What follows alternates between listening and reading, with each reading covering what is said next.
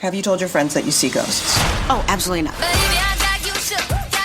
Gina Rodriguez returns in Not Dead Yet. I'm back, baby! Who is up? Oh, she's the obituary writer. And Brad Garrett joins the brilliant ensemble cast. Titan, Maverick, Titan of all Mavericks. These are all words used to describe me. Not Dead Yet. Season premiere. Tonight, 8:30, 7:30 Central on ABC. And stream on Hulu.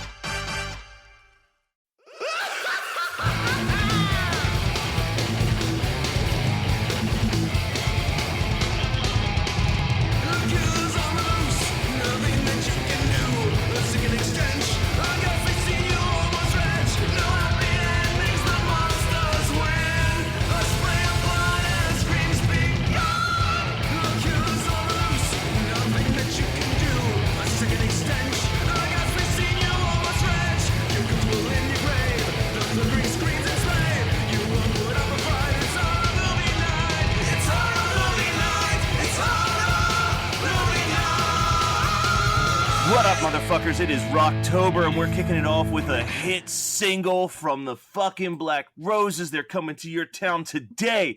1988's Black Roses, as picked by Scott. I mean, theoretically, most of these movies were either a group decision or picked by Scott, but this one is definitively picked by Scott. And man, it's so mediocre, man. Well, no. We disagree. The Kelly brothers were waiting for Scott in the recording session, and we're just saying, like, it's a bad movie in all the right ways. Yeah. Like, No, it's entertaining, but like I was all about this movie in high school, and this is one of those diminishing returns when you watch multiple times as an adult. I think that this was the first time I've seen it since college, so it's been at least 15 years, because you had yelled at me for not seeing it. I was like, I don't know what Black Roses are, and you're like, yeah, I don't know what Black Roses are. Like, yeah, so that means that in our entire friendship / podcasting relationship, I have never rewatched it until this, and that's why I'm kind of sorry that I picked it. No, I'm not sorry that I picked it, because it's a great example of like heavy metal horror, right? But yeah, let's just say this: if I had a clean slate to pick Rocktober, I would not have picked Black. Well, if I had foresight and we had not already done Trick or Treat, I would have definitely done Trick or Treat instead, because Trick or Treat is a superior film. Yeah, right, so that's the key word right there is film. And when I put on the DVD player and the option was play film, I was like, okay, they're being really, really kind. This is a movie. And I will say, this might be something we discuss later on in Rocktober, but I still think that the director's previous film is one I like more. Wait, he did Black Roses second? Yeah. Okay. And I will say this much: you can tell, because the quality of the special effects are astronomically better in Black Roses. And that's the thing about this movie, is that the story is abysmal. The music is great. The acting is abysmal. The special effects are great. The pacing is abysmal. Like, it's so there's no gray area in Black Roses. It's just it either succeeds or fails in what it does. Yeah, it's just so polarizing from minute to minute. Well, like, even certain things like the music are succeed or fail, because you start off this movie with some like Casio keyboard jazz music playing over the town, and I was like, "Oh Christ!" No. Then it goes into the song "Me Against the World." So sick. "Me Against the World" is such a sick song. Oh yeah, "Me Against the World" is definitely the best song on this soundtrack. And I wrote, "It sounds like Twisted Sister," and then I did my research and saw that it was Lizzie Borden. But yeah, all the music was actually it was a super group, right? Yeah. But it was the singer of Lizzie Borden? Yes. Well, this song's actually listed as a Lizzie Borden song. Okay. So I don't know if this was like on an actual record by Lizzie Borden or what. But my first note is I would be equally excited to see the Muppets perform live. Yeah. Dude, okay. It was very gouarish. Yes, Very I know, harsh. but I love the fact that the best special effects, arguably, are in the first scene.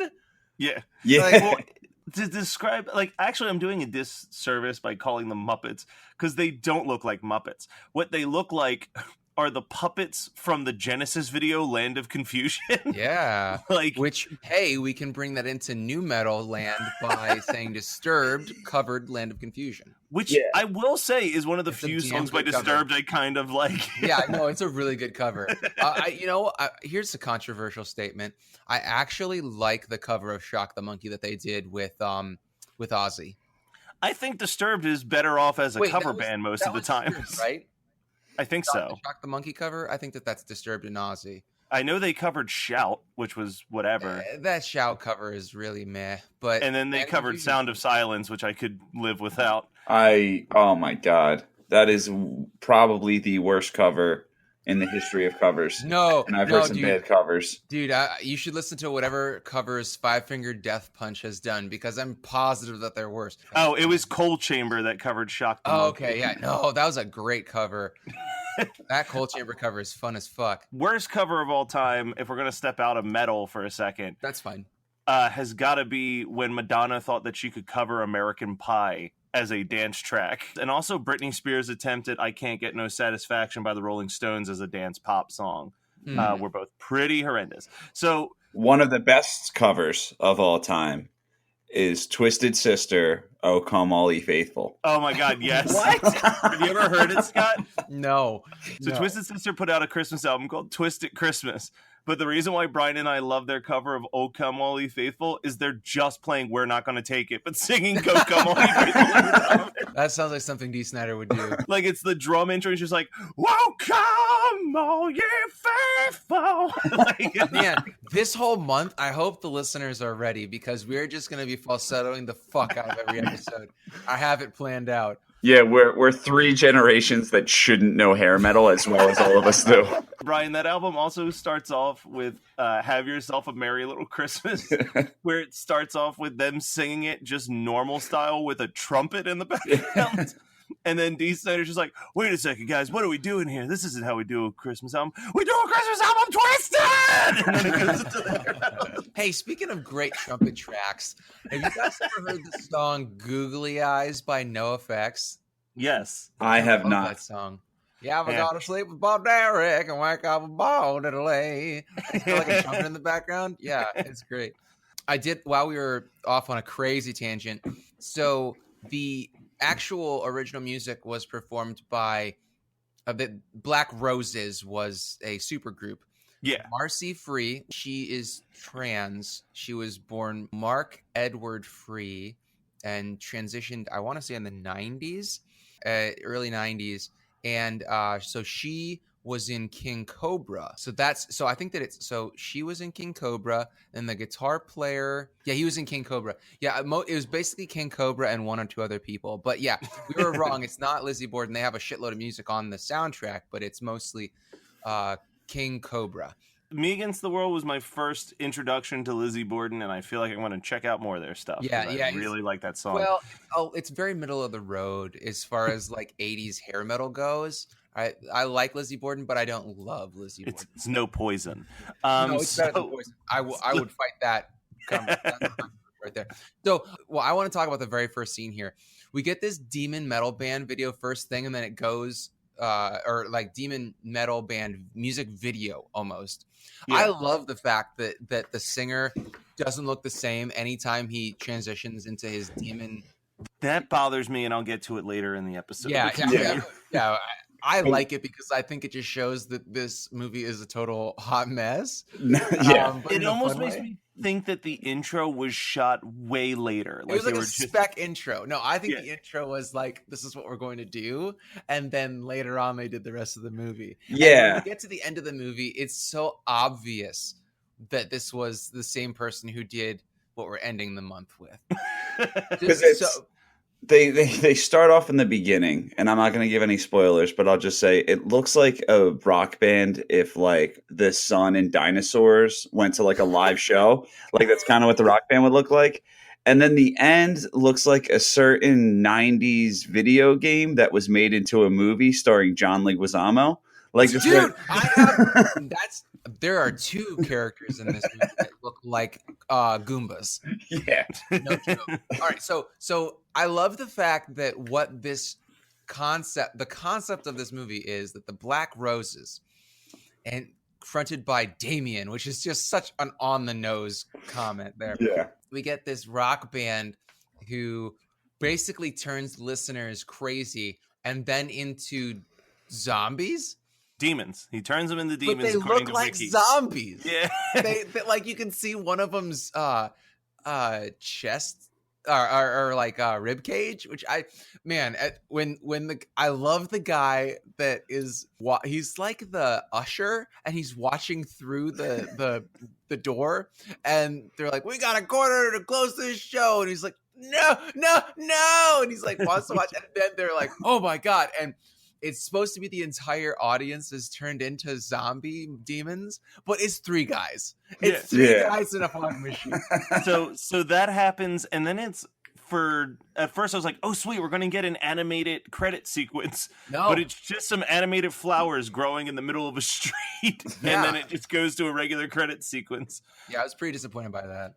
But we jump to the classroom scene, and this is, I think, the only scene that I wrote a direct quote from, where he goes, what can you tell us about evil? Oh my and he God. goes, evil? And he goes, yep, Evil Knievel. And the whole class thinks that is the funniest fucking thing that has ever been said. You mean the 35-year-olds who are dressed up like 18-year-olds? I can't believe that's the only direct quote you have, because I have another really good one later on. Oh, wait, no, I do have another one, actually. I hope it's the same one. But two fucking Burt Reynolds lookalikes within the first 5 minutes. Yeah, the teacher. And the R.I.P. stepdad. obviously. But Yeah. Too soon. So Julie's stepdad is drinking a Bud Light first thing in the morning. Or it's a regular Budweiser. This was 1988. There was no Bud Light yet. Man. I want to talk about, my favorite part in this movie, the part that made me laugh the hardest probably, is they have the PTA meeting where they're talking about how evil the Black Roses are, and she goes, their logo has become a symbol of evil, and she holds up a record that has the most cartoonish skeleton. So that thing, when the mayor is breaking down like how rock and roll today isn't bad and like how Elvis was rebellious, I laughed my ass off when he's like, Elvis, and Little Richard's like, what about the Beatles? Remember the Beatles? No, he says, remember the Lindy Hop? And then the woman's like, oh, don't embarrass me. The Hop was from like the 30s. And so it was a joke about her being old. Oh, I just love that. I love that Brian's impersonation of the mayor is as if Don Knotts played the mayor. Did we watch the same movie? Because I'm pretty sure Don Knotts played the mayor. Well, that's just ridiculous. So I think that we did skip a part because that PTA meeting is then we have Johnny and Julie. Oh, they're like awkward pseudo date. Oh my god, that's their meet cute. Oh, dude, he's such a dick to him. He's an absolute child. He's like acting so bad, and he's dangling off of street poles. Yeah, he's going full Gene Autry. With thank you so much. I have that. Yep, it's like Singing in the Rain, but if the kid was no. All right, so he's just because it's like, hey, there's this cute like this would be the equivalency of like if a girl that I really liked actually wanted to hang out with me, and my first question was just like, yeah, but aren't you fucking Kevin? So we get past that, and they decide to sit in on the first Black Roses show, right? And they come out and do a pretty sweet ballad too. I'm gonna sing it for you. Ready? All right. We're on our way to paradise. You might want to cut that because it's not very good. So good. And then they leave, and Damien goes, ha, ha, ha, in slow-mo. And then he takes off his like duster, and he's wearing leather Yeah, like S&M gear. Yeah, but this is the thing, is that Judas Priest was doing the S&M leather thing in like 84, Yeah. 82, whatever. And so this coming out almost like a decade after Rob Halford was making a name for, or, you know, being iconic in leather bondage gear as like a metal trope. And his is it's so vanilla. There's nothing transgressive about what he's wearing. And also I love the fact that the guy who plays Damien is like the most milquetoast demon you will ever meet. Oh yeah. Dude is so wholesome. So at this point though, still it just feels like a them versus us. Yeah, me against the world. Nice. But then we get to the super Italian dad listening to the record, which is my favorite I scene. love it. He looks up, he tries to turn it off, and it turns back on. He tries to turn it off, and he looks up at the wall-mounted speaker, and it's got like growth on it. And he goes, "What the fuck?" Then he Yeah, gets- you're not making him nearly as much of an Italian stereotype. So he's like, "Hey!" When- Did either of you guys watch The Sopranos? no. Yeah, it's actually one of my favorite shows. But the dad, Vincent Pastore, he's in The Sopranos, but he's also in Basketball Diaries with Mark Wahlberg, who is in The Other Guys with Michael Keaton, who was in Beetlejuice. Wow, man. I messaged him and was like, dude, this is going to be a tough one to get the Beetlejuice with. And he wrote back, it's actually the easiest one so far. I hope that you keep this up as long as possible. Please don't. It's gonna be a very difficult month. I hope that the end of the year, like the end of year 4 best of, can have a solid 10-minute clip of just all of Brian's 6 Degrees to Beetlejuice. My luck, the very last episode of year 4, I'm just going to be like, I got nothing. It's actually going to be Beetlejuice. Yeah. But then, so he goes, what the fuck? And then the monster that Elvira made in a pot bursts out of the speaker at him. So what bothers me at this point in the movie is the entire town was completely against the rock band coming, because they put it out there. They have a 0% crime rate. Their cops don't carry guns. The only people that were really okay with this band coming was the mayor and the teacher. So at this point, the entire town heard one power ballad and just is like, half of a power ballad. Half of it is like, okay, this is fine. All this crime starts happening. The teacher that originally was for the band coming is trying to warn people, and everyone's like, you need to take a chill pill, man. I was there. You were there. Nobody cares. People are dying left and right, and no one's batting an eye except for Burt Reynolds. Be real. No, you are absolutely conflating the murder rate in this film. There are like 4 deaths. And they all seem accidental in nature. Yeah, and one of them is actually a disappearance, because the Italian dad just gets eaten by he gets attacked by the bug monster who takes him into the speaker, and then I think the speaker burps, and then you don't see him again, and that's it. The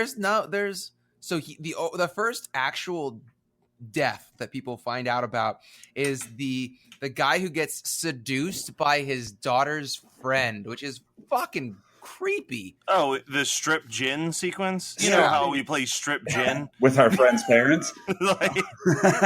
Yeah, and he's like euphoric. He is so into this shit. He's like, oh, wait, so we're missing a lot here, because I have so many notes. So the teacher, Burt Reynolds, number 1 is what I'm going to call him. Okay. He decides he's going to drink a light beer and listen to classical music because. Oh, wait, stop right there, because I have a note about that scene, and it said, "Can we talk about that Halloween sweater?" Because he's rocking this orange and black sweater with a little like pumpkin logo in the corner, and it is adorable. It really is.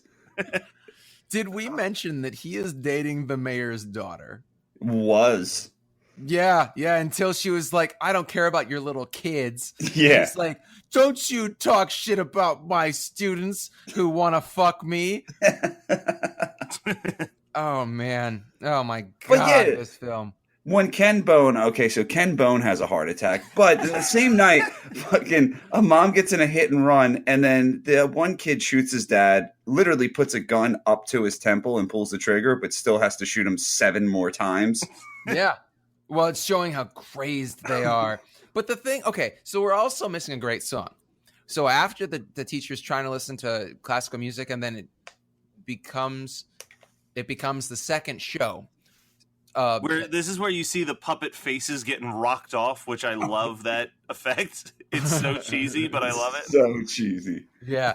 But so the second song is "Soldiers of the Night," "Soldiers of the Night," and then people get fucked up. That's when they come back from the show, and the girl's like the strip poker with the daughter, and you can tell you know that these kids are now under the sway of the devil Damien, because they're wearing eyeliner.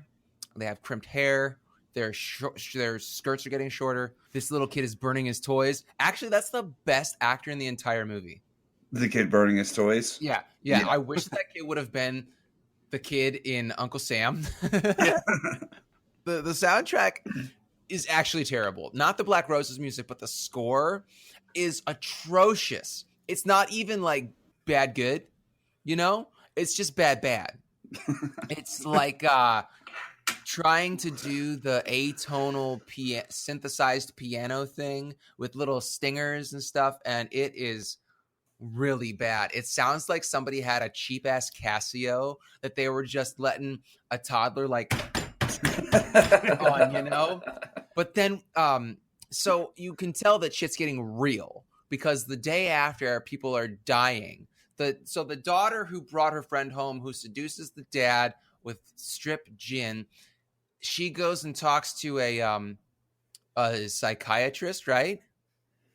And then she throws him out a window. That's her principal. Oh, I thought it was a psychiatrist. Doesn't matter. I mean, none of these people matter. Yeah. So I guess I think that might be the 4th death of the movie. Yeah. Right? Are we almost near? Because I have one note and I can't remember the reference that it is specifically, but a solid throat slit happens in this movie in a car. Oh, yeah. No, that's after the principal gets thrown out the window. It is a pretty good throat slit, though. Yeah, that's Burt Reynolds' girlfriend. That's the mayor's daughter. Yeah. That is arguably the best effect in the movie. Because it's got like a nice. I hate when we get into detail about this stuff, but it's got a nice little like pop and burst that you normally wouldn't. Like you wouldn't see that in like a low budget movie. Like they normally would cut away to not have to figure out how to make the veins cutting work. Yeah.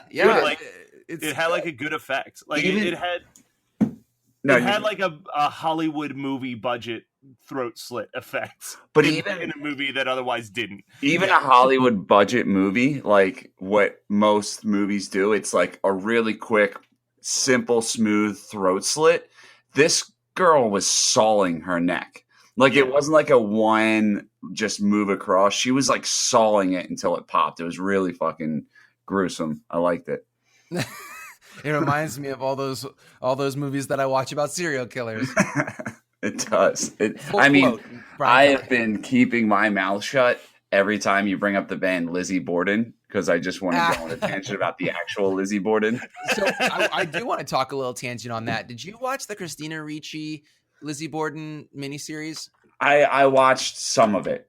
I watched a decent amount of it. It was one of those things I caught midway through. Yeah, but it wasn't. I didn't. What do you have? Do you have an opinion about it? No, which isn't a bad thing. Like it obviously wasn't anything where I was like, I need to go back and watch this from begin to end. And I don't even actually think I finished it. Like I had something else to do, but it wasn't terrible. I mean, for a made for TV movie. But it wasn't a made for TV movie. It was a miniseries, and I think that it was already by the time we had good TV, right? Mm-hmm. I don't know. I thought that I love Christina Ricci. She can do no wrong in my book. But yeah. I don't know. It felt a little uncompelling, you know. Like I love period pieces. I love the story of Lizzie Borden, and I love Christina Ricci. But I can't, for the life of me, I cannot remember half of that series. Matt, did you ever watch it? No, which is weird because I do love Christina Ricci. I almost said Lizzie Borden. I do love Christina Ricci, but I heard so many mixed reviews about it that I never felt like I needed to see it. Well, if it's a mini series, then I must have just saw like an episode. Yeah, the first episode's great, and then I think it drags a bit. Yeah, because Okay, if you want a better Lizzie Borden, whatever that, I think it's called She Took an Axe or something like that. Lizzie Took an Axe, whatever the name of that miniseries is. If you want a better version of that, watch the Hulu original series Alias Grace, based on the Margaret Atwood book, because obviously the source material is better, and it's got way better production value and acting. So, Ooh, and I have Hulu, so that is something I will check out. dude, you have everything. You have Full Moon. I don't have any cable though. I have no cable. That's good. You should not All be paying apps. for cable. Yeah, just apps and internet. All right, so where are we in this movie? So we got the Soldiers of the Night. People are getting killed. Oh, the cutthroat car throat cutting is pretty brutal for about half a second is what I have. Oh, we're missing the gratuitous topless scene that made me so uncomfortable. During the strip gin sequence or another one? When No, she's the strip pleasuring scene. herself. Yeah. She's like tweaking her nipples for a good 2 minutes, and it is really, really uncomfortable. It is, it's I guess, okay, 1988, this is trying to be like, okay, here's the porn that you looked for watching a heavy metal horror, but it's just, I felt so bad for whatever actress was the stand-in boobies for that, because it was just not good, man. Not good. So we get that, and then she kills the mayor's daughter, and then the mayor is he's like, whatever. The mayor is pretty okay with it. He's like, my daughter burned to death in a car. And then it's like Yeah. I didn't have a note for it, so I forgot. But yeah, they're like, all right, you're sad. He's like, so I should just talk slower then. yeah. But then immediately follow. So this movie, I always forget. I remember the topless girl who comes to seduce Burt Reynolds, number one, right? Mm-hmm. I think that's Julie. I always remember that scene because the actual Goomba head is on the back of the VHS box, but they had to crop it so there was no nipple.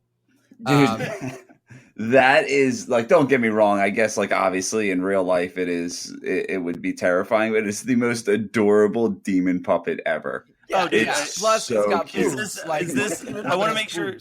I want to make sure we're talking about the same scene. Is this where he fights it with a tennis racket? Yes, yes. God damn, this movie is ridiculous. I love every second of it.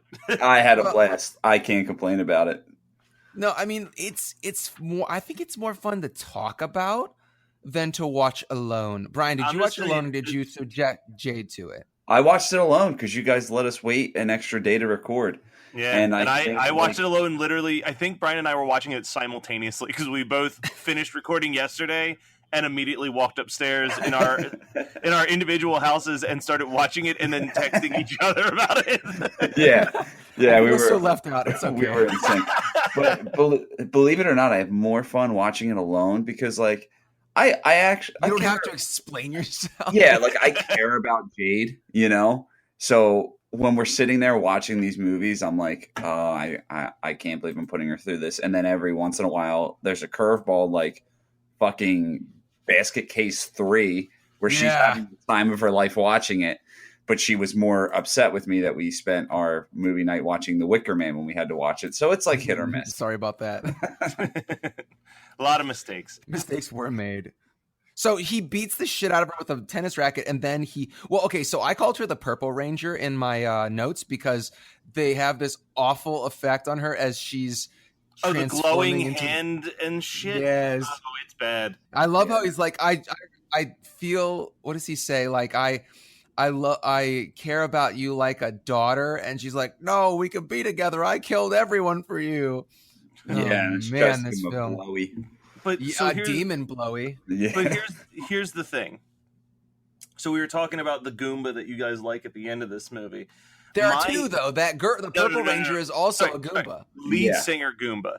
My problem with lead singer Goomba is that up until this point, I have enjoyed almost every shitty practical effect. I felt like the transformation for him was so long and lackluster. It really bummed me out. Like I'm like, this should be the coolest of all of the scenes. It's the ending. And the guy thought it was. And he definitely lingered on it way longer than anything else. Yeah. So did he He write thought he and was direct doing- this? I believe so. Oh my God! You just reminded me. I got to read to you guys his film credits. This guy was a script doctor for years. Like You people never would, know it. yeah, people would bring scripts to him so he would make them better. Yeah. These are films that he was a script doctor for. FX, Another 48 Hours, Alien 3, The Color of Night, Die Hard with a Vengeance, Judge Dredd, Universal Soldier, and Darkness Falls. Oh, no. Wow. I know exactly why he was the script doctor for all of those. He probably made them worse.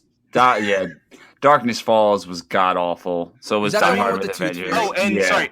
And Tombstone. He also was a script doctor on Tombstone. Wait, Well, Tombstone's what? great. Yeah, I was gonna say you just rattled off average to shit movies, and Tombstone is fucking phenomenal. How dare you? I said Die Hard with a Vengeance, which is the best of the Die Hard franchise. I will The fact quit that you this can tell the podcast difference- right now. Die Hard with a Vengeance Well. is awful. No, I won't. What? How is Die Hard with a Vengeance better than Die Hard or Die Harder? Well, for starters, Die Harder is trash. No. Die Hard with a Vengeance with Samuel L. Jackson, that movie fucking rules. With Simon Says? No. Oh, absolutely. Wait, absolutely. Simon Says like the guy from Hackers? Yeah. Oh, shit. See, I've only ever seen the first Die Hard because I do not like action flicks. Yeah, so Die Hard with a Vengeance, and we'll, fans can sign off, because God bless the listeners. No, you cannot sign off. We have not gotten to the very last bit of Well, this. no. movie. God bless the listeners who helped me find that Tremors trailer commercial. So defend me again that Die Hard with a Vengeance is a solid movie and a strong contender for best in the Die Hard franchise. I mean, You I don't will have give your you this. personal army. This is I'll give you this, and I can't even say that I've seen the movie, but just based on the title, I'm sure Die Hard with a Vengeance is better than A Good Day to Die Hard. Oh yeah, no, definitely. The later movies where it was like 10 years removed and they're like, let's bring Bruce Willis back and do 2 more Die Hard movies, but let's make them PG-13 was really not the best decision in film history. Anyway, so let's finish our notes and then wrap this bad boy up. Cool. Honestly, I don't have notes. I just watched. I do. Midway through. We got sucked in, man. I'll rip off Scott and Matt. I'm so into this movie that I don't want to take my eyes off the television. Oh man, so the most shocking part of this movie is that gas was 69 cents a gallon. Oh wow. Which also would have been an amazing time to be alive. Just be like, 69 cents a gallon. Oh man. I am such a child that sometimes I'll look at the thermostat and be like, hey Megan, wonder how warm it is in the house right now, and she'll be like, is it 69 degrees? And I'll be like, haha, yes. So I don't know if you guys have ever gone on weekendscripts.com, but it's this website with a bunch of like potential movie scripts. It's really funny. But the guy Jordan, I follow him on Instagram. He was the one I awkwardly met at Walmart. He has this thing and it cracks me up all the time where he'll just show like his thermostat or his car heater at 69. And it'll be like a rock song or him laughing. And then the next video on his Instagram was like, hey guys, I just wanted to apologize for laughing at 69. It was completely childish and immature. And I hope I didn't offend anybody. And, just text me or, message me, or if you see me on the street, let me know you're not offended. Thanks. And it gets me every time. He does it once every 6 months and I still laugh. Oh man, I'm so glad that I'm not the only child that thinks that stupid joke is still funny. Yeah, it's great. So this is the penultimate final, is it the fourth, I think, show that Black Roses is playing in the town, and he's going to unleash the final bit of evil into these children and turn them into zombie demons. So the Burt Reynolds #1 brings just like 1 gallon of gas with him to burn down an entire school building, which makes no sense. Or like the auditorium. I think it's the auditorium in the high school. Doesn't matter. So he goes in, and I don't know what the fuck he thought he was going to do, but he comes in his bright red puffy vest, and he is just walking between the rows with his 2 gallons of gas. It's 2 gallons of gas. And he takes up to the stage, and he's trying to light the stage on fire, and then Damien goes, give him to me. And I was like, now I understand. It's going to be like he's going to use him as a sacrifice to get the kids to really die. No, they have a punch out. So we have this minute, like 90-second long transformation where, there's also a part where Burt Reynolds, number one, goes to talk to Damien during the school day, and he's got short hair. And I'm like, what? Did they forget to put the wig on him? Did you notice that? He looks like a fucking professor. He's got his shirt and tie. And I was like, maybe he only wears the wig when he's dressed up as Damien. But when they show up at the town, he's got his beautiful shoulder length bouffant, whatever, on. So I think that was a fuck up, or the wig was done and they had to just do that scene without it. But someone lost it. Where's my wig? Here, just take his. But then he like pulls off his wig and he starts the transformation, and because he's bald, and I was like, okay, that makes more sense, but still doesn't take me out of the fact that they forgot to put the wholesome Damien's wig back on for that one scene. So he transforms for 90 seconds, and then Burt Reynolds, number one, punches him in the gut a bunch of times, and then lights the place on fire, and then it's literally a Guar concert. There's a line of fire, and Damien Monster Goomba is just like flailing around behind it, and so is everybody else in the band. They're not trying to get away from the fire or anything. They're just like, wah, and people are getting out of the auditorium, and then it's like 3 months later, fast forward, and Damien is like, I can't wait to play Madison Square Gardens. The end, or is it? Dun, dun, dun. Like, such a piss poor ending. Especially because, like, all right, if you're a demon and your name is Damien, I'm assuming you are the son of Satan, right? You are powerful. Think fire is going to? Yeah, he's this master of evil and hellish power is getting his shit kicked out of him by an English teacher. Yeah, getting the shit kicked out of him. And you should know, if you're that smart and intelligent, you know that you can control teenagers and get them to do your bidding. Cover your dick, man, because that is everyone's weak spot. Don't go spread eagle and then leave a teacher a perfect room to kick you right in the ball sack, and then you're done. And then kick a demon in the balls. I he kicks him in the nuts, and then it actually, the way it was shot, it actually doesn't even look like he burned. It just looked like they were playing and he was dancing. Like he was just dancing around the fire. It's a Guar concert. Yeah, I don't know. The end sucked in hindsight. I was enjoying it at the time, and now it's ruined. This is a once a decade watch. Oh, I'm sorry. I'm so sorry. Hey, Toxic here. And Meridon, too. We're the hosts of the Overleague podcast. Are you a fan of Overwatch League, or just a fan of Overwatch in general? Well, if you are, we break down matches and all other Overwatch happenings, and we won't judge your main.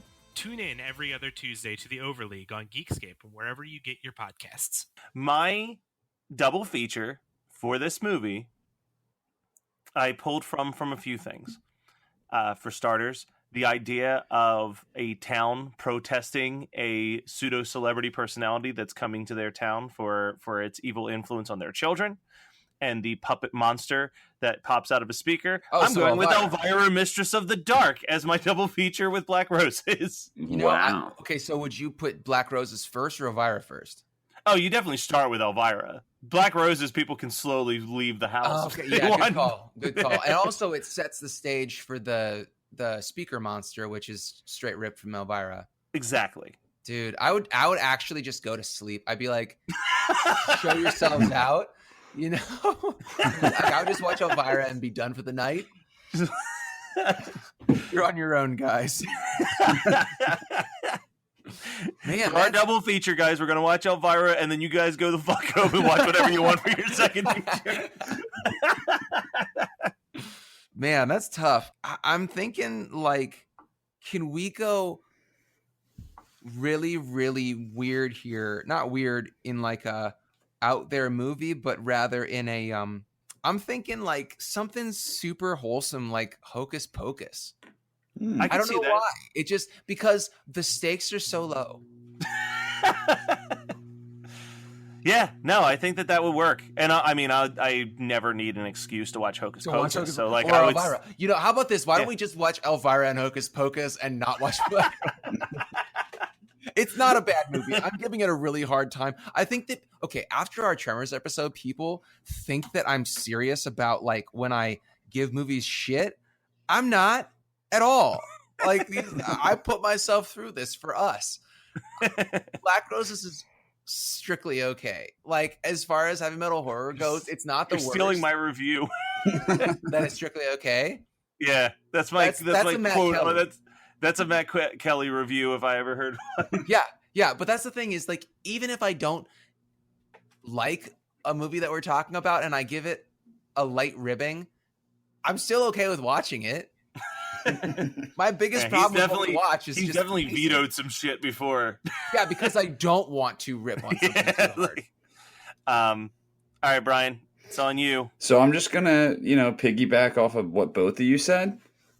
So you kind of went the route of, a town that is uncomfortable with this new person coming in and their, sinful ways. And Scott decided to go the wholesome route. So I'll just take both of those and I would do Footloose.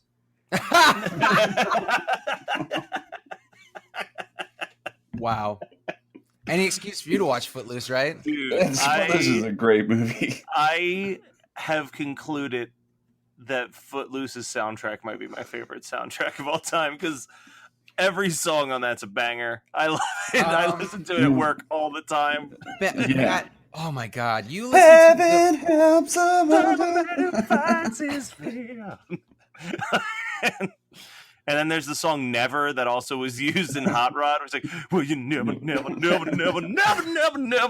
hide your heart." And "Holding Out for a Hero" and "Let's Hear It for the Boy." Oh my God, they're all it's 80s. Oh wow, perfection. "Let's Hear It for the Boy" is on Is the Footloose soundtrack? Yeah, and Sammy Hagar's "The Girl Gets Around." Yeah, Footloose is a great soundtrack. The only one that I could do without is the one that's the duet between the singer of Heart and the singer of Loverboy, "Almost Paradise." Really? I love Almost Paradise. Of course you do. It's just a little too slow for a soundtrack that has songs like "Dancing Between the Sheets" on it. Wait, is "Dancing Between the Sheets" the song that plays when they're gonna play chicken with the what's the song when they're playing chicken with the train? I think that is "Girl Gets Around" by Sammy Hagar. Fun fact from the soundtrack, the song "I'm Free," which is 100% my favorite song on the soundtrack by Kenny Loggins, which is for the montage when they're setting up the school dance, was a last second addition because originally Kevin Bacon was supposed to rap a song while they were putting together the school dance, and they shot it and was like, "Oh, this is awful." I'm glad they were self-aware because that could have made it into 8 other movies. All right, well, that was Black Roses from 1988 as picked by a group hive mind of Rocktober. If you have any movies that you think that we should watch, you can always email us at hmnpodcast@gmail.com. Also, last week we released the What Are We Watching episode, but I would like to consider that episode, as much as it's us discussing the movies that we've watched this past month, kind of like a water cooler episode almost. So feel free, if you just have random questions or opinions on episodes that you want to voice, send us emails and we'll read them on the air. I feel like that could be fun and we could just riff on some of the stuff that you send us. So hmnpodcast@gmail.com. We are no longer on SoundCloud, but we are still on iTunes, and we've got our website, hmnpodcast.com, where you can check out all of our social media links, and we should be on Spotify by now, but I might be cutting this if I'm incorrect. So thank you guys for listening. Rocktober continues next week with here's a weird one, not a heavy metal horror. No, it's a vampire rock opera. So strap in and get ready for that. It's close enough.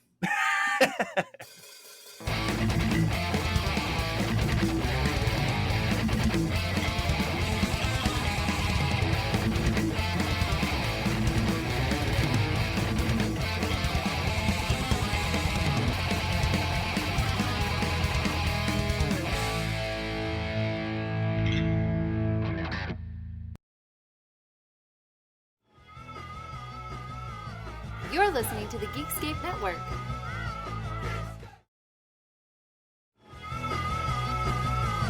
You're listening to the Geekscape Network.